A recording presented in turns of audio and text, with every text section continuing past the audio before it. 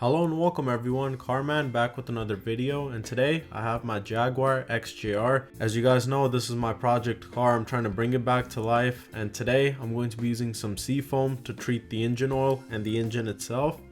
So before doing the oil change, I'm just going to add this cleaner for safe measures. So let's get started. I'm going to be putting the Seafoam in the engine oil.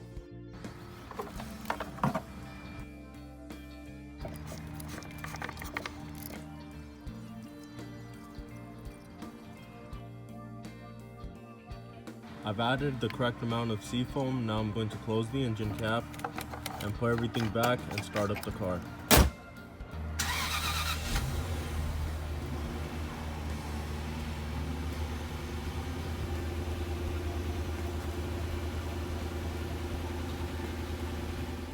Now I'm going to go drive the car for about 30 to 40 miles and then do an oil change. So I hope you guys enjoyed this video, and if you did, please give it a like and share. And if you have any questions or comments, please leave them down below, and I'll see you guys soon with a lot more videos on this Jaguar XJR. Thank you for watching.